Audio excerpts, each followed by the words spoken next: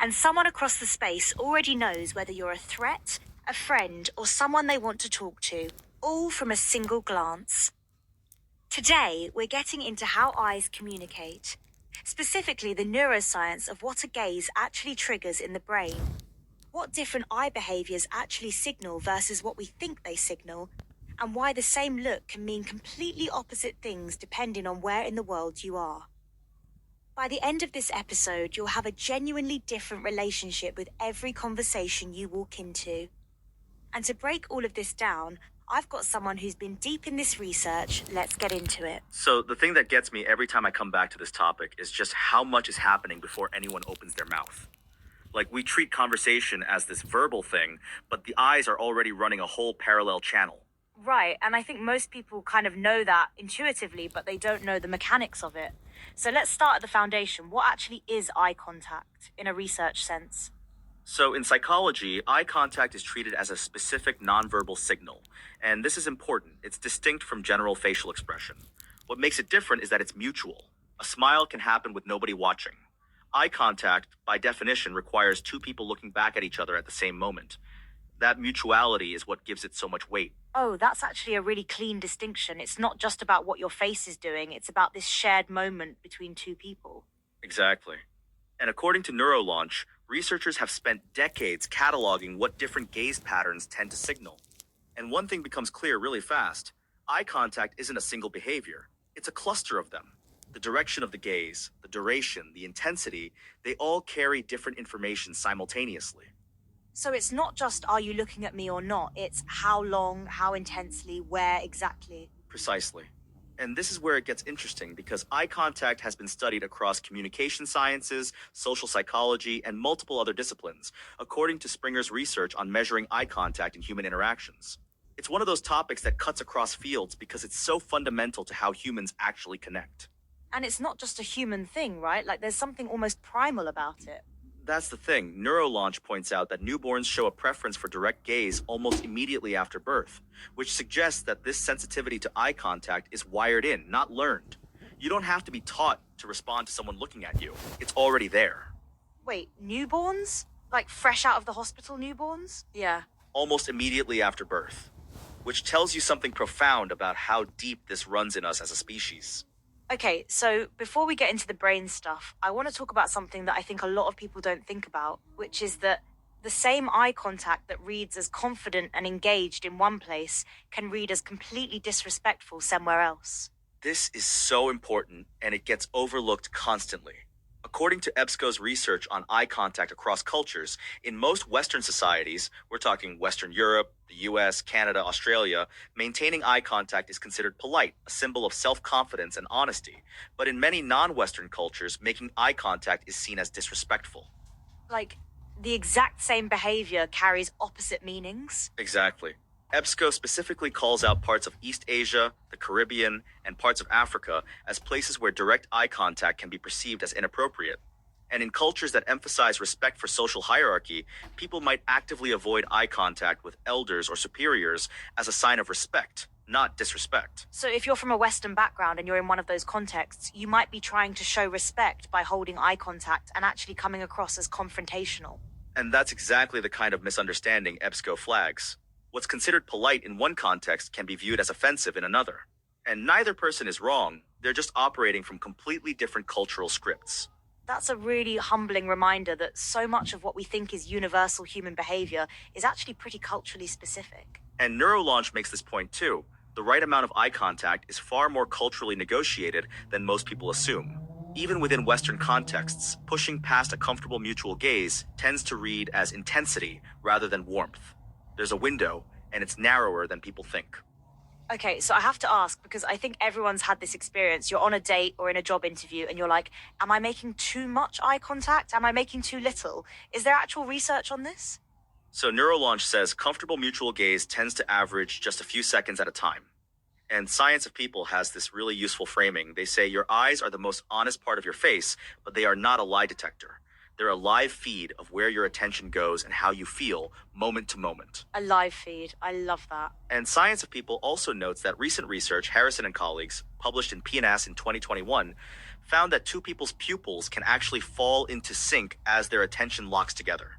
Like your pupils are literally mirroring each other when you're genuinely engaged. That is wild. So there's a physical, measurable thing happening when two people are really locked in on each other. Right. And that connects to the neuroscience side of this. According to NeuroLaunch, eye contact activates the amygdala and the prefrontal cortex, triggering emotional and social decision processing within milliseconds. So when someone looks at you, your brain is already running threat detection, trust assessment, emotional reading, all of that before you've consciously registered anything. Milliseconds. So by the time you think, oh, they're looking at me, your brain has already done a ton of processing. Exactly. And this is why eye contact shapes first impressions so powerfully. It's not a slow, deliberate read, it's almost instantaneous. Okay, let's talk about the specific signals, because I think people have a lot of assumptions about what certain eye behaviors mean, and some of them are just flat out wrong. Yeah, and this is where it gets really nuanced. So let's take pupils first. According to Integrative Psych, and this comes from Dr. Ryan Sultan, a board certified psychiatrist, pupils dilate when someone is excited or attracted to another person. And constricted pupils are more closely linked to feelings of anger. So your pupils are literally broadcasting your emotional state. And that's involuntary, right? You can't just decide to dilate your pupils. Completely involuntary, which is part of why the eyes are so revealing. Integrative Psych also points out that blink rate reflects emotional states, and Science of People puts the baseline at 16 to 20 blinks per minute, depending on lighting and humidity. If someone suddenly blinks faster or delays their blinking, that shift can signal interest, stress, or concentration. So you're not just reading whether someone is looking at you, you're reading the whole system. Pupil size, blink rate, direction of gaze. And eyebrow position, too. Integrative Psych notes that raised eyebrows indicate surprise or interest, while furrowed brows convey concentration or concern. And subtle changes in eyelid position, like half-closed eyes, can convey intimacy. It's this whole layered system happening simultaneously. Okay, I want to push back on something though, because there's this whole thing in pop culture about shifty eyes meaning someone's lying. Is that actually true? Great challenge. And the research is pretty clear on this. No. Science of People is really direct about it. Eyes don't catch liars on cue. Darting eyes can signal nervousness or insecurity, sure, but they can also just mean someone is processing words and emotions, or trying to recall a memory. The direction matters. Looking up tends to correlate with memory and imagination. Looking side to side implies processing of words and emotions. So the shifty eyes equals liar thing is basically a myth. According to Science of People, darting eyes are not the only clues to help you spot a liar. Lying involves several different notable changes in body language, not just eye movement. And NeuroLaunch adds that difficulty with eye contact can stem from autism spectrum differences, social anxiety, or cultural conditioning, not necessarily dishonesty or disinterest. So we really need to stop reading avoidance of eye contact as a red flag. That's actually really important because that assumption can cause real harm, like misreading someone who's neurodivergent or just from a different cultural background. Completely. And this is why Science of People emphasizes always reading the person behind the cue. You need a baseline first. How does this specific person behave under normal conditions? Then you read changes from that baseline. Without that, you're just projecting. Okay, I want to get into something that I think is genuinely mind-bending, the research on intentional versus unintentional eye movements. Because there's a study from McGill University that kind of blew me away. Yeah, this one is fascinating. So, Jelena Ristic, a professor of psychology at McGill University, published research in the journal Communication Psychology. And the question was, can people tell the difference between an intentional eye movement and one that was just instructed? Like, can you detect whether someone chose to look somewhere versus was told to look there? And the answer is yes. The answer is yes.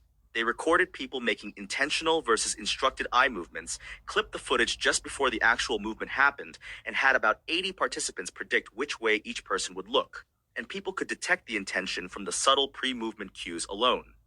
As Ristic told Live Science, the only difference between those conditions is that in one case, people are making intentional eye movements, and in another, they're making instructed or non-intentional ones. So we're reading intent from the eyes before the eyes have even moved.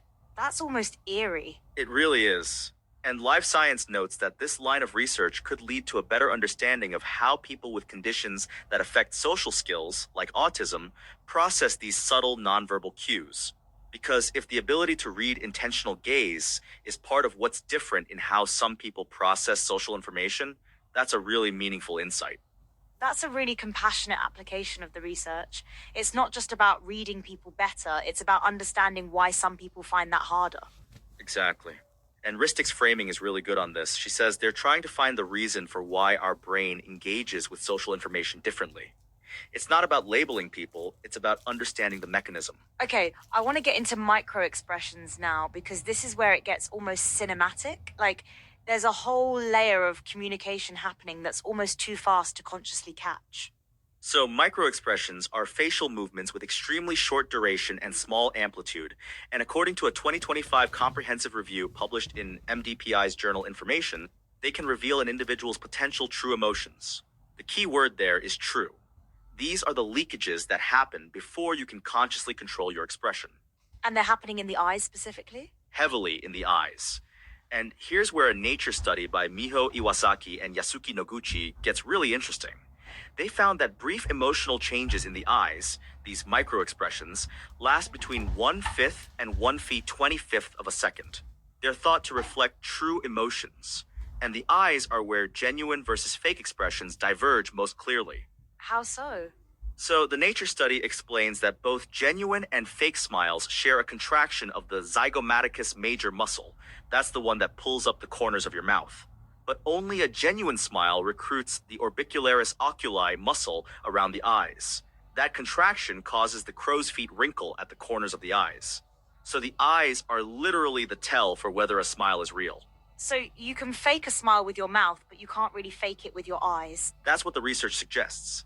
The nature study puts it this way: one's true emotion or hidden intention is represented in the upper half of a smile. The eyes are where the truth lives. Okay, but here's where it gets complicated because the same study found that a follow up smile can actually mask what the eyes already showed, which kind of flips the whole thing. Right, and this is the part that genuinely surprised me. Iwasaki and Noguchi found that mouth movements of a face inhibited conscious detection of all types of microexpressions in that face, even when viewers paid full attention to the eye region. So, the mouth can retroactively conceal what the eyes already revealed. They call it backward masking. So the eyes give you away first, but then a smile can cover the tracks. Exactly. And the study notes this only works in one direction. If the mouth change comes before the eye change, there's no masking effect. It has to be the eyes first, then the mouth. Which is why that sequence of expressions matters so much. That's kind of a wild thing to sit with. Like, your eyes told the truth for a fraction of a second, and then your face covered it up. And the MDPI review points out that microexpression recognition has real stakes beyond just personal conversations. They mention applications in public safety, airport security, medical diagnosis, psychotherapy, and business negotiations. So this isn't just interesting science, it has genuine practical weight. That's a huge range. Like, from a therapy session to an airport security line, the same underlying science. And the challenge the MDPI review flags is that microexpressions change so rapidly and are so difficult to detect that manual recognition is a significant challenge. That's why there's a whole field now developing automatic recognition systems using deep learning. So we're essentially trying to build machines that can read what our eyes are doing faster than we consciously can. Which is both impressive and a little unsettling, depending on how you think about it. Yeah, I want to come back to that. But first, I think there's something worth addressing about the nonverbal communication picture more broadly. Because the eyes don't operate in isolation, right? Not at all. Psychology Town puts it really well. Nonverbal cues account for anywhere between 60 and 93% of the emotional meaning in communication. And they note that when verbal and nonverbal messages contradict each other, most people believe the nonverbal signal because body language is harder to consciously control and is therefore seen as more honest. So when someone says, I'm fine, but their eyes are doing something completely different, we instinctively trust the eyes. Instinctively, yes. And Psychology Town does flag that the 93% figure from psychologist Albert Mersabian's work should not be applied to all communication universally. Researchers today caution that it's specifically about emotional content. But the broader point holds: nonverbal behavior carries enormous weight, particularly in emotionally charged situations. I appreciate that nuance because I feel like that statistic gets thrown around a lot without the context. It really does. And the honest version of it is still striking enough. In emotionally loaded moments, what your face and eyes are doing matters enormously, more than the words. And the eyes are kind of the centerpiece of that whole system.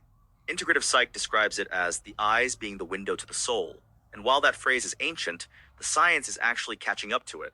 Dr. Ryan Sultan writes that the eyes can convey a wide array of emotions and thoughts through nonverbal communication, and that understanding eye communication significantly influences our interactions with others. And there's something interesting about the phrase window to the soul, because Science of People points out that nobody actually knows who said it first. It wasn't Shakespeare, which is what most people assume. Which tells you something about how deeply embedded this idea is in human culture.